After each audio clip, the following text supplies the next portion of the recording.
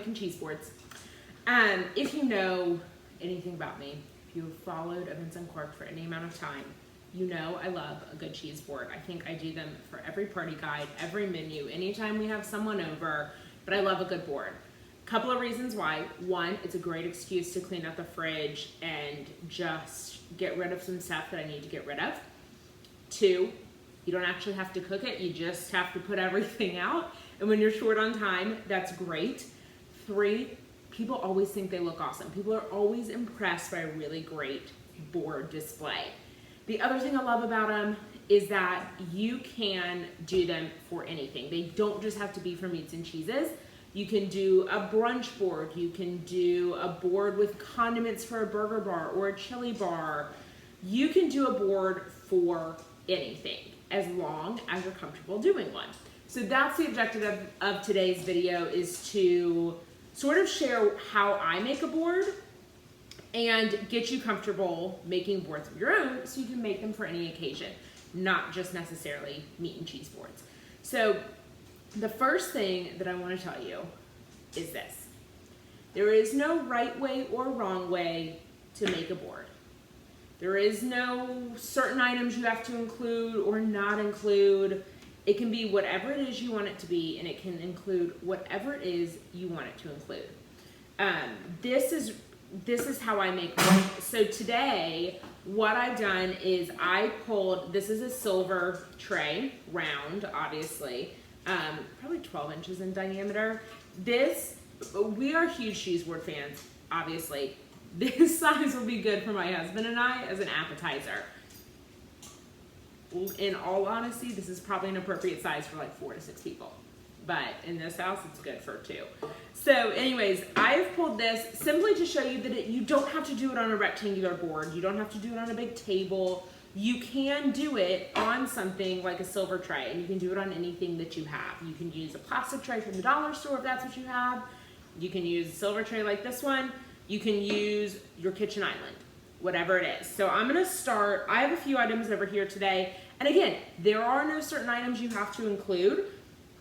These are the items that we like and the items I had in my fridge that I want to get rid of, my fridge and my pantry. So I always start with my cheese first. And if you are doing a board that is not cheese specific, let's say it's a brunch board and you've got like bagels and pastries as well as some fruit and some hard-boiled eggs, always start with your biggest items. So when making a cheese board, that's going to be your cheeses. So what I like to do is place them sort of on opposite sides of each other and not right next to each other. I have here a brie and some manchego. These are just what I had and what we like. You can do anything. If you're doing it for a group though, I do like to have one cheese that's a little bit harder, something that's a little bit softer and milder. And I do, if you are gonna put out like crackers and bread, I like a spreadable cheese too. Brie can be a little bit spreadable, but something like a goat is always good.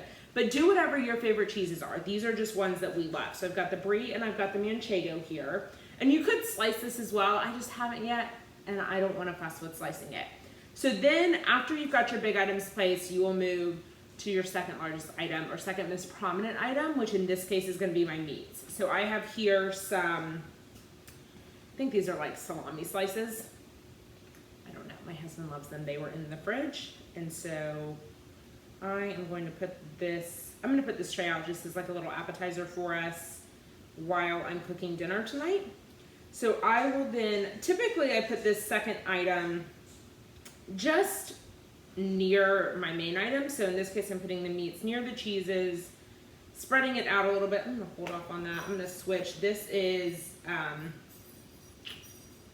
it's not prosciutto actually. Serrano ham, that's what this is. This is Serrano ham. So you'll be able to hear the dogs in the background. So then I'm gonna put this, because I have 2 meats tonight, I'm gonna put this one over here. The other thing I do too, and I encourage everyone to do, again, there's no right way or wrong way to do this. I like to just throw things on the tray. Some people fold their meats and make them look pretty and stand them up, and sometimes that's done in an effort to get more on the tray. Sometimes that's done in an effort to make it look prettier. I just like to throw things on the tray. It's easier, it's quicker, and it's all gonna look beautiful when it's done. So now I've done that, I'm gonna move on to nuts. Next, I'm gonna throw them just sort of over here on the side. Throw a few more over here. Now, gonna go to berries. So these are items that could be considered garnish or just like some smaller items. So you don't want to do them first. So now I've got this sort of empty space. You can't really see this empty space right here in the middle of my tray. And if I did more meat, all the meats would touch. So what I'm actually gonna do is I've got this is like some aged Gouda cubes I picked up. I'm gonna throw those right here. And then I'm actually gonna move my nuts over a little bit. This is an important thing too. Don't think that once it goes where you set it initially, that's where it has to stay. You can move things around once you've got them on your tray. You can, again, no rules. That's the important thing to remember. No rules here. So I'm gonna throw some more raspberries on, and then it looks like I'm gonna bump this salami up a little bit because I know that Rob will eat. Rob's my husband, for those of you that don't know. Rob will eat a good bit of this. So now I've got a little bit more room.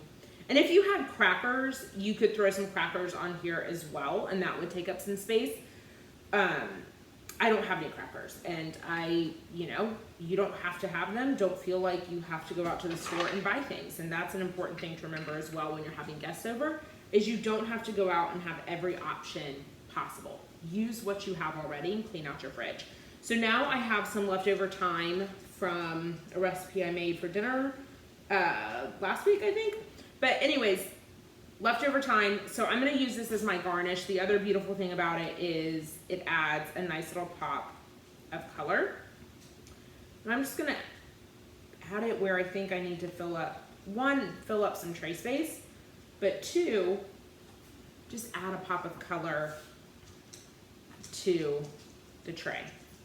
Put this out a little bit, move those in. Okay. And then a couple little pieces here. Throw those guys sort of right in the middle. Feels like it needs a little more garnish. This is a nice thing about a round tray too, is you could just do some thyme all the way around the rim here, which would look really pretty. But yeah, this is a great way to use leftover herbs. You can also throw some flowers on here, or especially if you have like edible flowers, that would be really pretty on a board.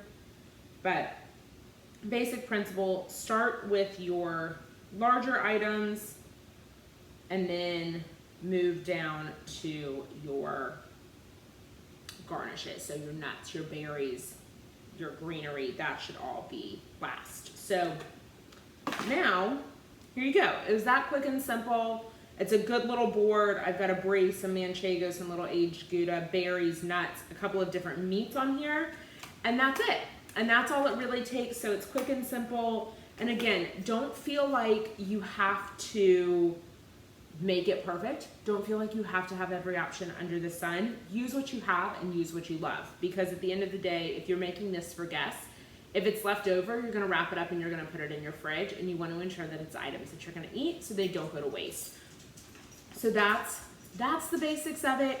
And when you're transforming this, or you're taking these principles and you are applying them to a large table, let's say you're gonna do a big display because you have a large group coming over, a large party, keep those same principles in mind. Start with placing your cheeses, then add in your meats and your nuts and your breads and your fruit.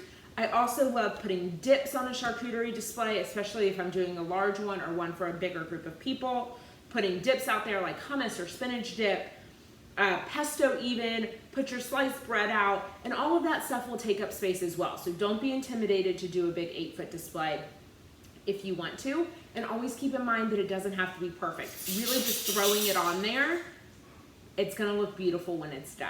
So that's it. Hope you guys enjoy. Have a wonderful day, and we'll see you next time.